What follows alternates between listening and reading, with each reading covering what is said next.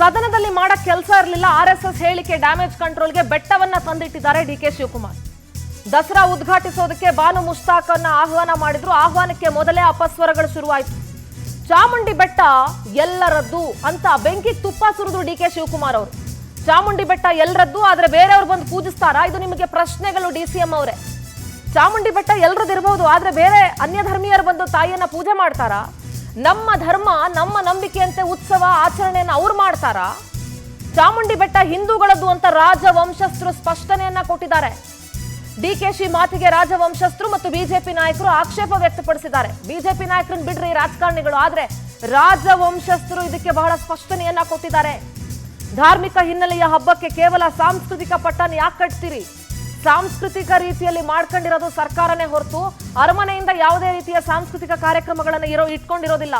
ದಸರಾ ಉದ್ಘಾಟನೆ ಮಾಡೋದಕ್ಕೆ ಬಾನು ಮುಷ್ತಾಕ್ ಅವ್ರಿಗೆ ಆಹ್ವಾನ ಕೊಟ್ಟಿದ್ದೀರಾ, ದೀಪಾ ಬಸ್ತಿಗೆ ಯಾಕಿಲ್ಲ? ಇದು ಬಿಜೆಪಿ ಹಾಗೂ ಸಾರ್ವಜನಿಕರ ಪ್ರಶ್ನೆನೂ ಹೌದು. ಅವ್ರಿಗೂ ಬುಕರ್ ಪ್ರಶಸ್ತಿ ಬಂದಿರುವಾಗ ಇಬ್ಬರನ್ನು ಕೂಡ ನೀವು ಕರೆಯಬಹುದಾಗಿತ್ತು, ಆದ್ರೆ ನೀವು ಯಾಕೆ ಕರೀಲಿಲ್ಲ? ಎಸ್, ಒಪ್ಕೊಳ್ಳೋಣ, ಚಾಮುಂಡಿ ಬೆಟ್ಟ ಎಲ್ಲರದ್ದು ಅಂತ ನಿಮ್ಮ ಬಾಯಿಂದ ನೀವು ಹೇಳ್ತಿದ್ದೀರಾ ಅಂದಮೇಲೆ ಇರಲಿ, ಒಂದಂತಕ್ಕೂ ಇರಲಿ. ಆದರೆ ಅನ್ಯ ಧರ್ಮೀಯರು ಬಂದು ತಾಯಿಯನ್ನ ಪೂಜೆ ಮಾಡ್ತಾರಾ? ಆ ಚಾಮುಂಡಿ ಬೆಟ್ಟಕ್ಕಿರುವಂಥ ಪಾವಿತ್ರತೆ ಏನು ಅಂತ ನಿಮಗೆ ಗೊತ್ತಾ? ಆ ಶಕ್ತಿ ಪೀಠಕ್ಕಿರುವಂಥ ಪಾವಿತ್ರತೆ ಏನು ಅಂತ DK ಶಿವಕುಮಾರ್ ಅವ್ರಿಗೆ ಗೊತ್ತಾ? ಬಾಯಲ್ಲಿ ಬಹಳ ಸಂಸ್ಕೃತ ಮಾತನಾಡ್ತೀರಿ, ಹಲವಾರು ದೇವಿ ಪೂಜೆ ಮಾಡ್ತೀರಿ, ದೇವಸ್ಥಾನಗಳಿಗೆ ಹೋಗ್ತೀರಿ, ಎಲ್ಲ ಮಾಡ್ತೀರಿ. ಚಾಮುಂಡಿ ಬೆಟ್ಟ ಹಿಂದೂಗಳ ಆಸ್ತಿ ಅಲ್ಲ ಅಂತ ಹೇಳಿದಂಥ ನಿಮ್ಮ ಮಾತಿದೆಯಲ್ಲ, ಈ ಮಾತಿಗೆ ಧಿಕ್ಕಾರವನ್ನ ಕೂಗ್ತಾ ಯಾರ್ಯಾರು ಏನೇನು ಮಾತನಾಡಿದ್ದಾರೆ ಕೇಳಿಸ್ಕೊಂಬರೋಣ. ಚಾಮುಂಡಿ ಬೆಟ್ಟಕ್ಕೆ ಹೋಗ್ತಾರೆ, ದೇವರಿಗೆ ಪ್ರಾರ್ಥನೆ ಮಾಡ್ತಾರೆ, ಅವ್ರ ನಂಬಿಕೆ. ನಾವು ಇದಕ್ಕೆ ಹೋಗ್ತೀವಪ್ಪ, ಮಸೀದಿಗಳಿಗೆ ಹೋಗ್ತೀವಿ, ಚರ್ಚ್ಗಳಿಗೆ ಹೋಗ್ತೀವಿ, ನಮ್ಮ ಬಸ್ಸಿಗಳಿಗೆ ಹೋಗ್ತೀವಿ, ಜೈನ್ ಟೆಂಪಲ್ಗೆ ಹೋಗ್ತೀವಿ, ಗುರುದ್ವಾರಾಗ ಹೋಗ್ತೀವಿ. ಏನ್ ಗುರುದ್ವಾರಕ್ಕೆ ನಮ್ ಹೋಗೋದೇನೋ ತಪ್ಪಿಸ್ಬೇಕಾಗ್ತದೆ? ಯಾರು ನಿಲ್ಸಿದಾರ? ಹಿಂದೂ ಟೆಂಪಲ್ಗೆ ಅವ್ರು ಬರೋದಕ್ಕೆ ಏನೋ ನಾವು ತಪ್ಪಿಸಿದೀವ? ಏನಿಲ್ವಲ್ಲ. ಯಾರು ಬೇಕಾದ್ರೂ ಹೋಗ್ಬೋದು, ಯಾರು ಮಾಡಬಾರ್ದು. ದಸರಾ ಇಸ್ ನಾಟ್ ಎ ಧಾರ್ಮಿಕ ಆಚಾರ, ಇದು ಸಾಂಸ್ಕೃತಿಕ ಆಚಾರ. ಚಾಮುಂಡಿ ಬೆಟ್ಟಕ್ಕೆ ಕನ್ನಡವನ್ನ ಭುವನೇಶ್ವರಿಯಾಗಿ ಒಪ್ಪದ ನೀವು ತಾಯಿ ಚಾಮುಂಡೇಶ್ವರಿಯನ್ನ ನಾಡ ದೇವತೆಯಾಗಿ ಒಪ್ಪಿ ಮಂಗಳಾರತಿ ತಗೊಳ್ತೀರಾ. ವಿಗ್ರಹ ರೂಪದಲ್ಲಿರುವ ಅವಳಿಗೆ ನೀವು ಪುಷ್ಪಾರ್ಚನೆಯನ್ನು ಮಾಡ್ತೀರಾ. ಈಗ ನಿಮ್ಮ ಧರ್ಮ ಅನ್ನೋದು, ನಿಮ್ಮ ಆಚರಣೆ ಅನ್ನೋದು, ನಿಮ್ಮ ಆರಾಧನಾ ಪದ್ಧತಿ ಅನ್ನೋದು ಅಡ್ಡಿ ಆಗಲ್ವಾ? ಮತ್ತು ಸ್ಪಷ್ಟವಾಗಿ ಇನ್ನೂ ಒಂದು ವಿಷಯನ ಕೇಳಲಿಕ್ಕೆ ಬಯಸ್ತೀನಿ. ಅರಿಶಿಣ ಕುಂಕುಮದ ಬಗ್ಗೆ ನಿಮ್ಗೆ ಯಾಕೆ ಮೇಡಮ್ ಅಪದ್ಧ? ಅರಿಶಿಣ ಕುಂಕುಮ ಅನ್ನೋದು ನಮ್ಮ ಸಂಸ್ಕೃತಿಯ ಭಾಗವಾಗಿದೆ. ಕನ್ನಡವನ್ನ ಭುವನೇಶ್ವರಿಯಾಗಿ ಒಪ್ಪದ ನೀವು ತಾಯಿ ಚಾಮುಂಡೇಶ್ವರಿ ಅವ್ರು ಹೇಳಿದ್ದನ್ನು ನಾನು ನೋಡಿದೆ. ನಾವು ಕೂಡ ಕೆಲವು ಮಸೀದಿಗಳಿಗೆ ಹೋಗ್ತೀವಿ, ಹಾಗಂತ ಅಂದ್ಬಿಟ್ಟು ಅದು ನಮ್ಮದು ಅಂದ್ರೆ ಒಪ್ಕೋತಾರ? ಕೆಲವು ಚರ್ಚ್ಗಳಿಗೆ ಹೋಗ್ತೀವಿ, ಅವರು ಕೂಡ ಅದನ್ನ ನಮ್ಮದು ಅಂದರೆ ಕ್ರಿಶ್ಚಿಯನ್ರು ಒಪ್ಕೋತಾರ? ಇದು ಏನು ಇವತ್ತು ಮಾತೆ ಪ್ರಮೋದಾದೇವಿ ಅವರು ರಾಜಮನೆತನದ ಮಹಾರಾಜರ ಇವ್ರು ಹೇಳಿ ಮಾತಾಡಿದ್ದಾರೆ, ಅದು ಸರಿಯಾಗಿದೆ. ಒಂದು ಶಿವಕುಮಾರ್ ಅವರೇ, ಹಿಂದೂಗಳನ್ನ ಅವಹೇಳನ ಮಾಡ್ತಕ್ಕಂಥ ಈ ಕಾಂಗ್ರೆಸ್ ಕುಯುಕ್ತಿ ಧರ್ಮಸ್ಥಳದಿಂದ ಚಾಮುಂಡೇಶ್ವರಿ ಅವರಿಗೆ ಬಂದ್ಬಿಟ್ಟಿದೆ. DK ಶಿವಕುಮಾರ್ ಅವರು ಚಾಮುಂಡೇಶ್ವರಿ ಹಿಂದೂಗಳ ಆಸ್ತಿ ಅಲ್ಲ ಅಂತ ಹೇಳಿದ್ದಾರೆ. ಇನ್ನು ಅದೇನು ವಕ್ಫ್ ಬೋರ್ಡ್ ಆಸ್ತಿನಾ? ಅದನ್ನು ಬರ್ದ್ಬಿಡ್ರಿ. ವಕ್ಫ್ ಬೋರ್ಡ್ ಗಲಾಟೆ ನಡೀತಾ ಇತ್ತಲ್ಲ, ಅವರೆಲ್ಲದ ವಕ್ಫ್ ಬೋರ್ಡ್ ಅಲ್ಲಿ ಎಲ್ಲ ಖಾತೆ ಮಾಡಿಸ್ಕೊಂಡ್ಬಿಟ್ಟಿದ್ರಲ್ಲ, ಇದನ್ನು ಯಾವಾಗ ಖಾತೆ ಮಾಡ್ಕೊಡ್ತೀರಾ? ವಕ್ಫ್ ಬೋರ್ಡ್ಗೆ ಇದನ್ನು ಯಾವಾಗ ಖಾತೆ ಮಾಡ್ಕೊಡ್ತೀರಾ? ಇದು ಹಿಂದೂಗಳ ಆಸ್ತಿ ಅಲ್ಲ ಅಂದ್ರೆ ಅಲ್ಲಿ ಯಾವಾಗ ಮಸೀದಿ ಕಟ್ತೀರಾ? ಅಲ್ಲಿ ಯಾವಾಗ ಗೋರಿಗಳನ್ನ ಉತ್ಪತ್ತಿ ಮಾಡ್ತೀರಾ? ಈ ದತ್ತಪೀಠದಲ್ಲಿ ಉತ್ಪತ್ತಿ ಮಾಡಿದಿರಲ್ಲ ಗೋರಿಗಳನ್ನು, ಹಂಗೆ ಇಲ್ಲಿ ಯಾವಾಗ ಗೋರಿಗಳನ್ನ ಉತ್ಪತ್ತಿ ಮಾಡ್ತೀರಾ? ಚಾಮುಂಡೇಶ್ವರಿ ಅನ್ನುವಂಥದ್ದು ಹಿಂದೂ ದೇವತೆನೇ ಅಲ್ಲ ಅಂತ ಹೇಳಿದ್ರೆ ನಿಮ್ಗೆ ಕಾಂಗ್ರೆಸ್ ಅವ್ರಿಗೆ ಏನ್ ಹೇಳ್ಬೇಕು ಅಂತ ಅರ್ಥ ಆಗ್ತಾ ಇಲ್ಲ. ಹಿಂದೂಗಳನ್ನ ಅವಹೇಳನ ಮಾಡ್ತಕ್ಕಂಥ ಈ ಕಾಂಗ್ರೆಸ್ ಹಲವಾರು ಪ್ರಭೇದಗಳಲ್ಲಿ ನಾವು ನೋಡ್ಬೋದು. ನೀವು ಚಾಮುಂಡೇಶ್ವರಿ ತಾಯಿ ಅಂತೀರಿ, ನಿಮ್ಮ ಭಾವವನ್ನು ಕೂಡ ನಾನು ಗೌರವಿಸ್ತೀನಿ. ಅನೇಕರು ಇದನ್ನು ನಾಡ ಹಬ್ಬ ಅಂತ ಕರೀತಾರೆ, ಅದನ್ನು ಕೂಡ ಗೌರವಿಸ್ತೀನಿ. ಇದು ಒಂದು ನಮ್ಮ ನಾಡ ಹಬ್ಬ. ಮತ್ತು ನೀವೇನು ಚಾಮುಂಡೇಶ್ವರಿ ತಾಯಿ ಅಂತ ಬಹಳ ಪ್ರೀತಿ ಅಭಿಮಾನದಿಂದ ಕರಿತೀರಿ, ಈಗೆಲ್ಲ ನಮ್ಮ ಸಂಸ್ಕೃತಿಯ ಒಂದು ಭಾಗವೇ ಆಗಿದೆ, ಈ ನಾಡಿನ ಒಂದು ಭಾಗವೇ ಆಗಿದೆ. ಹೀಗಾಗಿ ನನಗೂ ಪ್ರಿಯವಾಗಿದೆ, ನಾನು ಕೂಡ ಇದನ್ನ ಗೌರವಿಸ್ತಕ್ಕಂಥ ಒಂದು ಹಬ್ಬ ಆಗದೆ, ಪ್ರೀತಿಯಿಂದ ಪಾಲ್ಗೊಳ್ಳತಕ್ಕಂಥ ಒಂದು ಹಬ್ಬವೇ ಆಗಿದೆ. ಬಾಲ್ಯದಿಂದಲೂ ನೋಡಿ, ಇನ್ನು ಇತ್ತೀಚಿನ ಎಲ್ಲ ಬೆಳವಣಿಗೆಗಳ ಕುರಿತು ಬೇಸರವನ್ನ ಹೊರಹಾಕಿದ್ದಾರೆ ಯದುವಂಶದ ಪ್ರಮೋದಾದೇವಿ ಒಡೆಯರ್ ಅವರು. ಅವ್ರು ಏನ್ ಮಾತನಾಡಿದ್ದಾರೆ, ರಾಜವಂಶಸ್ಥರು ಒಂದು ಪತ್ರವನ್ನ ಬರೆದಿದ್ದಾರೆ. ಏನೇನಿದೆ ಆ ಪತ್ರದಲ್ಲಿ ಕೇಳಿಸ್ಕೊಳ್ಳಿ. ರಾಜ್ಯ ಸರ್ಕಾರ ನಡೆಸಲು ಉದ್ದೇಶಿಸಿರುವಂತಹ ದಸರಾ ಆಚರಣೆಗಳು ವಿಶೇಷವಾಗಿ ಚಾಮುಂಡಿ ಬೆಟ್ಟದ ಸುತ್ತ ರಾಜಕೀಯವೂ ನಡೀತಾ ಇರೋದ್ರಿಂದ ತೀವ್ರ ಬೇಸರ ತಂದಿದೆ. ಈ ವರ್ಷದ ನಾಡಹಬ್ಬ ಉದ್ಘಾಟನೆಗೆ ಆಹ್ವಾನಿಸಲಾದಂತಹ ಗಣ್ಯರ ಆಯ್ಕೆಯು ಸಂಘರ್ಷದ ಅಭಿಪ್ರಾಯಗಳಿಗೆ ಕಾರಣವಾಗಿದೆ. ಚಾಮುಂಡೇಶ್ವರಿ ದೇವಸ್ಥಾನ ಹಿಂದೂಗಳಿಗೆ ಸೇರಿಲ್ಲ ಎಂಬಂತಹ ಅಸಂವೇದನಾಶೀಲ ಹೇಳಿಕೆಗಳು ಅನಗತ್ಯ ಮತ್ತು ತಪ್ಪಿಸಬಹುದಾದವು. ಅದು ಹಿಂದೂ ದೇವಸ್ಥಾನವಲ್ಲದಿದ್ದರೆ ಅದನ್ನ ಎಂದಿಗೂ ಮುಜರಾಯಿ ಇಲಾಖೆಯ ಅಡಿಯಲ್ಲಿ ತರ್ತಾ ಇರಲಿಲ್ಲ. ಸರ್ಕಾರದ ದಸರಾ ಒಂದು ಸಾಂಸ್ಕೃತಿಕ ಆಚರಣೆ ಎಂಬುದು ನಮ್ಮ ಪರಿಗಣಿತ ಅಭಿಪ್ರಾಯ. ರಾಜ್ಯವು ತನ್ನ ಸ್ವಭಾವತಃ ಅಂತಹ ಉತ್ಸವವನ್ನು ನಡೆಸುವಲ್ಲಿ ಧಾರ್ಮಿಕ ಪಾವಿತ್ರ್ಯ, ಸಂಪ್ರದಾಯ ಅಥವಾ ಪರಂಪರೆಯನ್ನ ಪ್ರತಿಪಾದಿಸಲು ಸಾಧ್ಯವಿಲ್ಲ. ಕರ್ನಾಟಕ ಸರ್ಕಾರವು ಆಯೋಜಿಸುವಂತಹ ಆಚರಣೆಗಳು ಧಾರ್ಮಿಕ ಸ್ವರೂಪದ್ದಾಗಿಲ್ಲ ಮತ್ತು ಅವು ವಿಜಯದಶಮಿ ಸೇರಿದಂತೆ ನವರಾತ್ರಿ ಆಚರಣೆಗಳೊಂದಿಗೆ ಹೊಂದಿಕೆಯಾಗುತ್ತೆ ಎಂಬುದು ಸ್ಪಷ್ಟವಾಗಿದೆ. ಆದರೆ ನಾವು ಈ ಧಾರ್ಮಿಕ ಆಚರಣೆಗಳನ್ನು ಖಾಸಗಿಯಾಗಿ ಹಳೆಯ ಧಾರ್ಮಿಕ ಪದ್ಧತಿಗಳು ಮತ್ತು ಸಂಪ್ರದಾಯಗಳಿಗೆ ಅನುಗುಣವಾಗಿ ಆಚರಿಸುವುದನ್ನು ಮುಂದುವರಿಸುತ್ತೇವೆ. ಸರ್ಕಾರದ ಸಾಂಸ್ಕೃತಿಕ ಆಚರಣೆಗಳನ್ನು ಅರಮನೆಯ ಮುಂದೆ ಆಯೋಜನೆ ಮಾಡಲಾಗುವುದರಿಂದ ನಮ್ಮ ಸಾಂಪ್ರದಾಯಿಕ ಆಚರಣೆಗಳೊಂದಿಗೆ ಯಾವುದೇ ಅತಿಕ್ರಮಣವನ್ನು ತಪ್ಪಿಸಲು ವಿಜಯದಶಮಿಯ ಸಂದರ್ಭದಲ್ಲಿ ಚಾಮುಂಡೇಶ್ವರಿಯ ಉದ್ಘಾಟನೆ ಮತ್ತು ಭವ್ಯ ಮೆರವಣಿಗೆಗೆ ಶುಭ ಮತ್ತು ಸೂಕ್ತ ಸಮಯ ನಿಗದಿಪಡಿಸಲಾಗಿದೆ. ಗಣೇಶ ಚತುರ್ಥಿಯ ಆಚರಣೆಯು ಎಲ್ಲ ಅಡೆತಡೆಗಳು, ತಪ್ಪು ಕಲ್ಪನೆಗಳು ಮತ್ತು ಸಂಘರ್ಷಗಳನ್ನು ನಿವಾರಿಸುತ್ತೆ ಮತ್ತು ಶೀಘ್ರದಲ್ಲೇ ಒಮ್ಮತವನ್ನು ತಲುಪುತ್ತೆ ಅಂತ ನಾನು ಭಾವಿಸ್ತೇನೆ. ಪ್ರಮೋದಾದೇವಿ ಒಡೆಯರ್, ಅರಮನೆ, ಮೈಸೂರು. ಈ ವರ್ಷ ರಾಜ್ಯ ಸರ್ಕಾರ ನಡೆಸಲು ಉದ್ದೇಶಿಸಿರುವಂತಹ ದಸರಾ ಆಚರಣೆಗಳು ವಿಶೇಷವಾಗಿ ಚಾಮುಂಡಿ ಬೆಟ್ಟದ ಸುತ್ತ ರಾಜಕೀಯವೂ ನಡೀತಾ ಇರೋದ್ರಿಂದ ತೀವ್ರ ಬೇಸರ ತಂದಿದೆ. ಈ ವರ್ಷದ ನಾಡಹಬ್ಬ ಉದ್ಘಾಟನೆಗೆ ಆಹ್ವಾನಿಸಲಾದಂತಹ ಗಣ್ಯರ ಆಯ್ಕೆಯು ಸಂಘರ್ಷದ ಅಭಿಪ್ರಾಯಗಳಿಗೆ ಕಾರಣವಾಗಿದೆ. ಪ್ರಮೋದಾದೇವಿ ಅವರು ಬಹಳ ನೊಂದ ಮನಸ್ಸಿನಿಂದನೇ ಆ ಪತ್ರವನ್ನು ಬರೆದರು. ಯಾಕೆಂದರೆ ತಲತಲಾಂತರದಿಂದ ಅವರ ರಾಜವಂಶಸ್ಥರು ನಡೆಸ್ಕೊಂಡು ಬಂದಿರುವಂತಹ ಪೂಜೆ ಪುನಸ್ಕಾರಗಳು, ಧಾರ್ಮಿಕ ಕಾರ್ಯಗಳಿದೆಯಲ್ಲ, ಅದಕ್ಕೆ ಧಕ್ಕೆ ಬರುತ್ತೆ, ಅದಕ್ಕೆ ಚ್ಯುತಿ ಬರುತ್ತೆ ಅಂತ ಅಂದಾಗ ಯಾರು ಕೂಡ ಸಹಿಸ್ಕೊಳಕ್ಕಾಗಲ್ಲ. ಮತ್ತು ಸಹಿಸ್ಕೊಳ್ಬಾರ್ದು. ಯಾಕ್ರಿ ಸಹಿಸ್ಕೊಳ್ಬೇಕು? ಏನು ಎಲ್ಲರೂ ಸಹಿಸ್ಕೊಂಡು ಕೂತ್ಕೊಳ್ತಾರ? ನಾವು ನೀವು ಮಾತ್ರ ಯಾಕೆ ಸಹಿಸ್ಕೊಂಡು ಕೂತ್ಕೋಬೇಕು? ಇದ್ರ ಬಗ್ಗೆ ಕಂಪ್ಲೀಟ್ ಆಗಿ ಚರ್ಚೆ ಮಾಡ್ತಾ ಹೋಗ್ತೀನಿ. ನಮ್ಮ ಜೊತೆಗೆ ಕಾಂಗ್ರೆಸ್ ವಕ್ತಾರರು ರಘು ದೊಡ್ಡೇರಿವರಿದ್ದಾರೆ. ರಘುಜಿ ನಮಸ್ತೆ, ಕಾರ್ಯಕ್ರಮಕ್ಕೆ ಸ್ವಾಗತ. ಅಂಡ್ ಬಿಜೆಪಿ ವಕ್ತಾರರು ಎಚ್.ಎನ್. ಚಂದ್ರಶೇಖರ್ ಅವರಿದ್ದಾರೆ. ಚಂದ್ರಶೇಖರ್ ಜಿ ನಮಸ್ತೆ, ಕಾರ್ಯಕ್ರಮಕ್ಕೆ ಸ್ವಾಗತ. ಮುಸ್ಲಿಂ ಮುಖಂಡರು ಉಮರ್ ಶರೀಫ್ ಅವರು ಜಾಯ್ನ್ ಆಗ್ತಾ ಇದ್ದಾರೆ. ಉಮರ್ ಜಿ ನಮಸ್ತೆ, ಕಾರ್ಯಕ್ರಮಕ್ಕೆ ಸ್ವಾಗತ. ನಮಸ್ತೆ. ನಮಸ್ತೆ. ಎಸ್, ನಾನು ಮೊದಲಿಗೆ ಚರ್ಚೆನ ಶುರು ಮಾಡ್ತಾ ಹೋಗ್ತೀನಿ. ರಘು ದೊಡ್ಡೇರಿ ಅವರಿಂದಲೇ ನಾನು ಶುರು ಮಾಡ್ತೀನಿ. ಯಾಕೆ ಅಂತಂದ್ರೆ ಅವರ ಪಕ್ಷದ ಕೆಪಿಸಿಸಿ ಅಧ್ಯಕ್ಷರು ಮತ್ತು ರಾಜ್ಯದ ಉಪಮುಖ್ಯಮಂತ್ರಿಗಳಾಗಿರುವಂಥ DCM DK ಶಿವಕುಮಾರ್ ಅವರ ಸ್ಟೇಟ್ಮೆಂಟ್ ಇದೆಯಲ್ಲ, ಅದರಿಂದನೇ ನಾನು ಆರಂಭ ಮಾಡ್ತೀನಿ. ಚಾಮುಂಡಿ ಬೆಟ್ಟ ಹಿಂದೂಗಳ ಆಸ್ತಿ ಅಲ್ಲ ಅನ್ನೋ ಸ್ಟೇಟ್ಮೆಂಟ್. ಖಂಡಿತ ಅಲ್ಲ. ಮತ್ತೆ ಯಾರ ಆಸ್ತಿ ಅಂತ ನೀವು ನನಗೆ ದಾಖಲೆ ಸಮೇತ ಪ್ರೂವ್ ಮಾಡಿ. ಕರ್ನಾಟಕದ 7 ಕೋಟಿ ಕನ್ನಡಿಗರ ಆಸ್ತಿ ಅದು. ಓಕೆ. ಚಾಮುಂಡಿ ಬೆಟ್ಟ ಮತ್ತೆ ಅದನ್ನ ನೀವು ಚಾಮುಂಡಿಯನ್ನ ನಾಡದೇವತೆ ಅಂತ ಕರೀತಾರೆ ಹೊರತು ಕೇವಲ ಹಿಂದೂಗಳ ದೇವತೆ ಅಂತ ಎಲ್ಲೂ ಕರೆದಿಲ್ಲ. ಬಿಜೆಪಿ ಅಧಿಕಾರದಲ್ಲಿದ್ರು ಕೂಡ ಯಾಕೆ ಇಲ್ಲಿವರೆಗೂ ಅವರು ಹಿಂದೂ ದೇವತೆ ಅಂತ ಮಾಡಿಲ್ಲ? ಅದನ್ನ ನಾಡ ದೇವತೆ ಅಂತ ಅಂದ್ರೆ ಚಾಮುಂಡಿಯನ್ನ ಏನು ಮೈಸೂರು ರಾಜ್ಯ, ಮೈಸೂರು ಈಗೇನು ರಾಜ್ಯ, ಮೈಸೂರು ದೇಶವಾಗಿತ್ತು.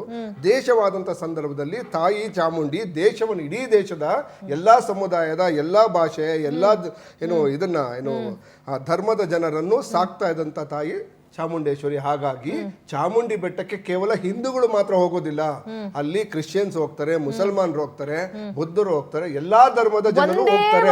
ಒಂದೇ ಒಂದು ಎಕ್ಸಾಂಪಲ್, ನೀವು ಯಾರಾದ್ರೂ ಅನ್ಯ ಧರ್ಮೀಯರು ಚಾಮುಂಡಿ ಬೆಟ್ಟಕ್ಕೆ ಹೋಗಿ ದರ್ಶನ ಮಾಡಿ ಚಾಮುಂಡೇಶ್ವರಿ ಸೇವೆ ಮಾಡಿರುವಂತ ಒಂದು ಉದಾಹರಣೆ ನೀವು ಕೊಟ್ಬಿಟ್ರೆ ಅದೇ ದಸರಾ ದಿವಸ ನಿಮ್ಮ ಕೆಪಿಸಿಸಿ ಅಧ್ಯಕ್ಷರಿಗೆ ಒಂದು ಶಾಲ್ ಹಾಕಿ ಹಾರ ಹಾಕಿ ಸನ್ಮಾನ ತೊಂದರೆ ಇಲ್ಲ. ಹಾಗಾದ್ರೆ ಇಡೀ ಪ್ರಪಂಚದಾದ್ಯಂತ ಬರ್ತಕ್ಕಂತ ಫಾರಿನರ್ಸ್ ಗಳೆಲ್ಲ ಹೋಗಿ ಚಾಮುಂಡಿ ಬೆಟ್ಟದ ದರ್ಶನ ಮಾಡ್ಕೊಂಡು ಬರೋದಲ್ಲ, ಏನಾದ್ರು ಕಡ್ಲೆಬೀಜ ತಿನ್ನಕ್ ಹೋಗ್ತಾರ?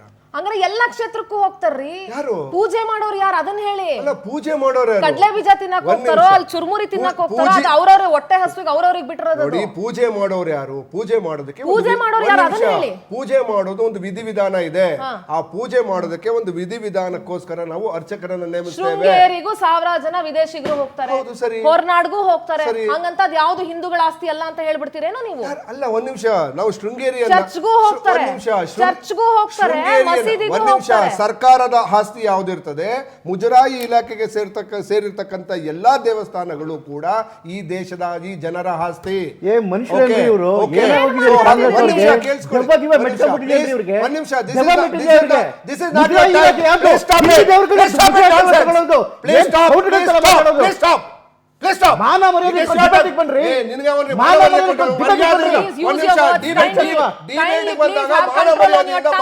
ಬೇರೆಯವರು ಮಾತಾಡುವಂತ ಸಂದರ್ಭದಲ್ಲಿ ಸುಮ್ಮನೆ ಕುತ್ಕೊಂಡು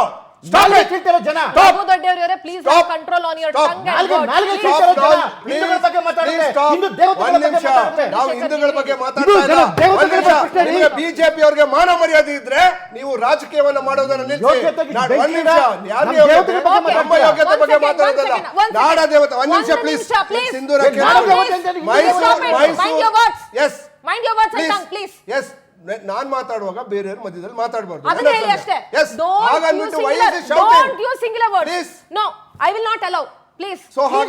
ಕಂಟ್ರೋಲ್ ದಟ್.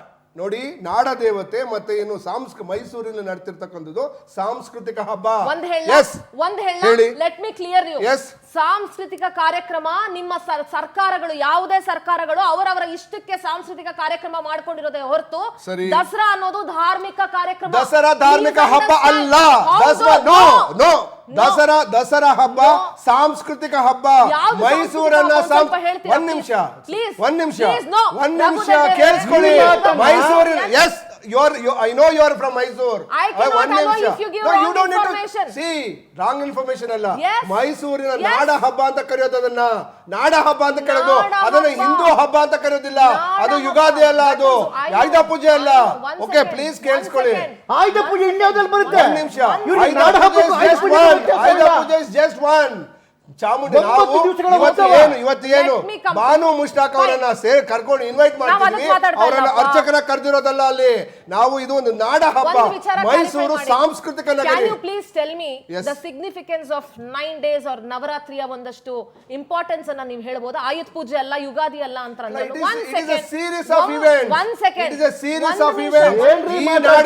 ಈ ನಾಡಿನ ಜನತೆಗೆ ಎಲ್ಲರಿಗೂ ರಕ್ಷಣೆ ಸಿಗ್ಲಿ. ಒಂದು ನಿಮಿಷ ಹೇಳಿ please. Chandrashekhar ji, I allow you to speak.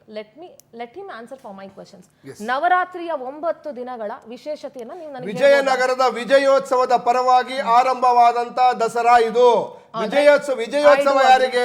ವಿಜಯೋತ್ಸವ ಯಾವುದಕ್ಕೆ ವಿಜಯೋತ್ಸವ ಅಂತ ಏನಂತ ಅಂದ್ರೆ, ವಿಜಯೋತ್ಸವ ಬರೀ ಹಿಂದೂಗಳಿಗೆ ಮಾತ್ರ ಹೊತ್ತಿತ್ತು. ವಿಜಯನಗರದಲ್ಲಿ ಹಿಂದೂಗಳು ಇದ್ರು, ಹಿಂದೂ ಸೈನಿಕರಿದ್ರು, ಮುಸಲ್ಮಾನ ಸೈನಿಕರಿದ್ರು, ಬೌದ್ಧರಿದ್ರು, ಜೈನರಿದ್ರು. ಎಲ್ಲ ಅಂದ್ರೆ ಒಂದು ವಿಜಯನಗರ ಸಾಮ್ರಾಜ್ಯ ಗೆದ್ದ ನಂತರ ಅದನ್ನ ಸೆಲೆಬ್ರೇಷನ್ ಮಾಡಿದ್ದು. ಸೆಲೆಬ್ರೇಷನ್ ಅಂದ್ರೆ ಒಂದು ಧರ್ಮಕ್ಕೆ ಸೀಮಿತವಾದದಲ್ಲ. ಅದೇ ಕಾರಣಕ್ಕೋಸ್ಕರ ನಾಡ ಹಬ್ಬ ಅಂತ ಕರೆದಿದ್ದು. ಒಂದೇ ಒಂದು ಉತ್ತರ ಕೊಡಿ. 9 ದಿನಗಳ ನವರಾತ್ರಿಯ 9 ದಿನಗಳ ವಿಶೇಷತೆಯನ್ನ ಸ್ವಲ್ಪ ನನಗೆ ಹೇಳಬಿಡಿ ನೀವು. It's a series of events. ಹಿಂದೂಗಳೇ ನೋಡ್ತಾ ಇದ್ದಾರೆ.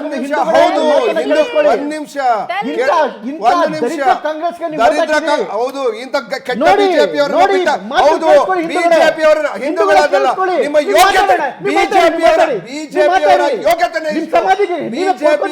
ಯೋಗ್ಯತೆನೇ ಇಷ್ಟು.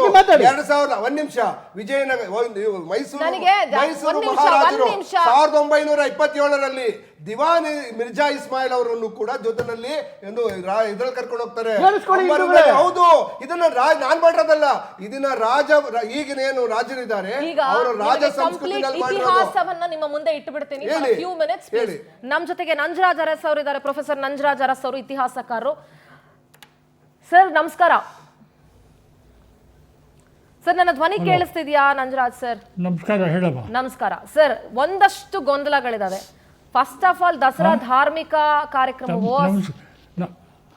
ಎಸ್ ಸರ್, ದಸರಾ ಧಾರ್ಮಿಕ ಆಚರಣೆನೋ ಆ ಸಾಂಸ್ಕೃತಿಕ ಕಾರ್ಯಕ್ರಮಗಳು ಚಾಮುಂಡಿ ಬೆಟ್ಟ ಹಿಂದೂಗಳ ಆಸ್ತಿ ಅಲ್ಲ ಅನ್ನುವಂಥ ಸ್ಟೇಟ್ಮೆಂಟ್ಗಳು.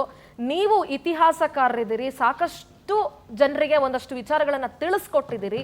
ಇವತ್ತು ನಾನು ಬಿಜೆಪಿ ಕಾಂಗ್ರೆಸ್ ಈ ರಾಜಕೀಯ ಪಕ್ಷಗಳನ್ನ ಬದಿಗಿಟ್ಟು ಜನರಿಗೆ ಒಂದು ಸ್ಪಷ್ಟನೆ ಸಿಗಬೇಕು ಅನ್ನುವಂಥ ನಿಟ್ಟಿನಲ್ಲಿ ನಿಮ್ಮ ಹತ್ರ ಕೇಳ್ತಾ ಇದ್ದೀನಿ. ದಸರಾ ಅನ್ನೋದು ಸಾಂಸ್ಕೃತಿಕ ಕಾರ್ಯಕ್ರಮವೋ ಅಥವಾ ಧಾರ್ಮಿಕ ಆಚರಣೆಗೆ ಸಂಬಂಧಪಟ್ಟಂತ ಕಾರ್ಯಕ್ರಮವೋ, ಚಾಮುಂಡಿ ಬೆಟ್ಟ ಹಿಂದೂಗಳ ಆಸ್ತಿ ಅಲ್ಲ ಅನ್ನೋದಾದ್ರೆ ಮತ್ಯಾರ ಆಸ್ತಿ ಸರ್?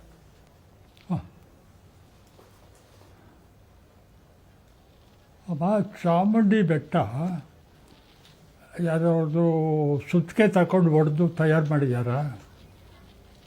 ಸುಮಾರು 30 ಮಿಲಿಯನ್ ವರ್ಷಗಳ ಹಿಂದೆ